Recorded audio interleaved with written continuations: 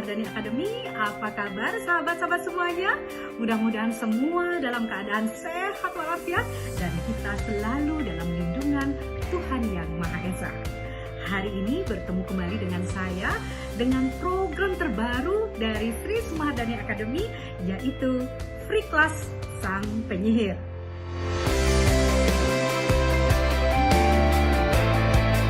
Materi-materi yang saya sampaikan di Free Class Sang Penyihir adalah best practice dari pengalaman sebagai pembicara, presenter, MC, marketing, dan pengalaman praktis lainnya yang saya gabungkan dengan teori-teori yang pernah saya pelajari. Sesi ini adalah sesi ke-18. Sebelumnya di sesi 17 kita sudah membahas bagaimana caranya agar kita mempunyai powerful voice. Di antaranya adalah bagaimana keras lembutnya, bagaimana nada suara kita, tinggi rendahnya, dan kemudian yang terakhir adalah kecepatan daripada suara kita. Nah, yang terpenting, yang terakhir, yang belum saya bahas secara sempurna yaitu adalah control voice.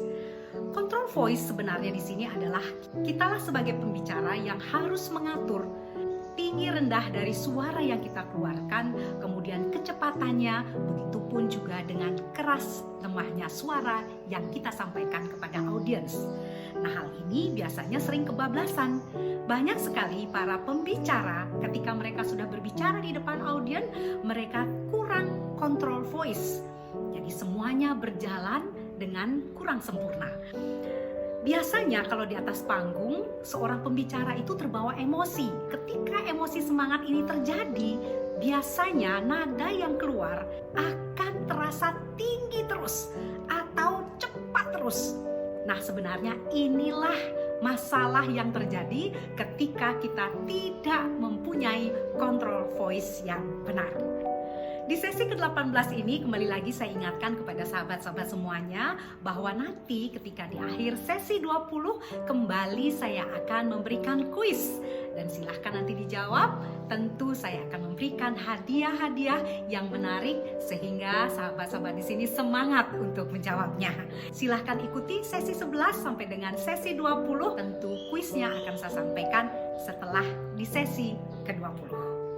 Di sesi 18 ini saya akan menjelaskan bagaimana kita sebagai seorang pembicara mempunyai powerful opening dan powerful closing.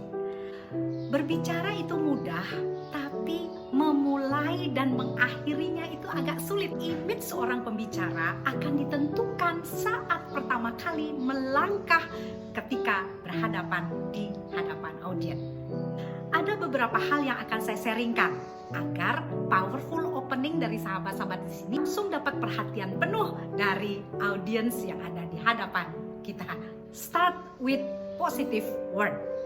Berikan kata-kata positif yang dapat membuat audiens tertarik untuk mendengarkan apa yang akan kita sharingkan. Contohnya, pagi yang cerah ini, di ruangan yang sejuk, di saat hati kita bahagia, dan sebagainya. Jadi berikan kata-kata yang positif ketika kita mulai berbicara di hadapan publik. Ya, kebalikannya jangan kata-kata negatif ya. Ini akan membuat respon audiens juga akan negatif kepada kita. Hal yang kedua, agar powerful opening dapat dilakukan dengan melibatkan para audiens. Nah, ini sebenarnya mudah sekali. Kalau sahabat-sahabat di sini seorang entertain yang sudah biasa di atas panggung, hal-hal kecil ini mudah sekali dilakukan.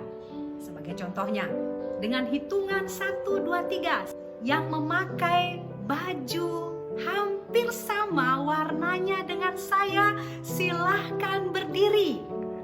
Ini yang namanya melibatkan audiens. Yang ketiga, dengan bercerita. Orang akan senang sekali mendengar cerita orang lain. Kalau Anda, sahabat-sahabat di sini belum terbiasa dengan cerita-cerita yang spontan, siapkan dari rumah. Tentu ceritanya adalah cerita-cerita yang dapat menginspirasi. Jangan terlalu panjang. Cerita ini tujuannya hanya untuk memancing perhatian agar para audiens perhatian penuh kepada kita. Powerful opening sebenarnya banyak sekali hal yang dapat disampaikan. Seumpama dengan penelitian, kemudian juga dengan statistik, kemudian dengan update event atau apa berita terbaru, kemudian juga dengan provokatif. Nah, ini biasanya memerlukan energi kalau provokatif ya, tentu provokatif yang jangan membuat image kita negatif. Jadi sekali lagi, mulai dengan positive word, mulai dengan provokatif, mulai dengan cerita, libatkan penonton, statistik, dan lain sebagainya yang dapat memancing mereka perhatian penuh kepada kita. Cara menutup ketika kita menjadi pembicara bagaimana? Nah, ini juga harus dipelajari. Karena ketika kita menutup dengan sesuatu yang luar biasa, inilah yang menjadi kesan bagi mereka terhadap diri kita sebagai pembicara. Penutup di sini biasanya harus benar-benar disiapkan agar dapat memancing tepuk tangan para audiens yang ada di hadapan kita. Ada beberapa cara yang biasanya saya lakukan. Pertama, bisa lakukan dengan komitmen. Jadi contohnya seperti ini. Mulai saat ini kita berkomitmen untuk apa? Bisa juga diakhiri dengan ajakan untuk bertindak. Contohnya seperti ini. Lakukanlah keramahan dengan konsisten agar Anda dapat menjadi seorang pembicara yang menyenangkan. Yang ketiga, diakhiri dengan kutipan. Kutipan-kutipan yang dapat membangkitkan semangat dan memberi inspirasi kepada para audiens. Banyak juga para pembicara menutup dengan pantun, ya itu boleh saja. Pantunnya kalau bisa pantun adalah pantun yang diciptakan sendiri. Jadi kalau diciptakan sendiri, orang-orang lebih tertarik untuk mendengarnya, apalagi pantun itu membuat sangat terkesan bagi para audiens. Nah, yang ini yang sering saya lakukan, mengakhirinya dengan lagu. Dengan lagu, maka powerful closing ini akan jauh lebih terasa. Kalau sahabat-sahabat di sini ingin contohnya, silahkan menonton tayangan-tayangan video saya bagaimana saya mengakhiri sebuah acara ketika diundang menjadi seorang pembicara. Banyak lagu yang bisa disampaikan. Banyak orang tanya juga, apakah lagunya harus lagu yang bersemangat? Belum tentu. Lagu yang dipilih biasanya adalah, kalau saya sendiri, lagu-lagu yang dipilih adalah lagu-lagu yang mudah dinyanyikan oleh audiens. Baik sahabat-sahabat semuanya, sekian dulu materi hari ini. Kita akan lanjutkan esok hari. Ingat melatihnya agar kita terbiasa menjadi pembicara yang menyenangkan di hadapan orang lain. Salam senyum sang penyihir, Sri Sumaharya. Sehat semuanya, tetap stay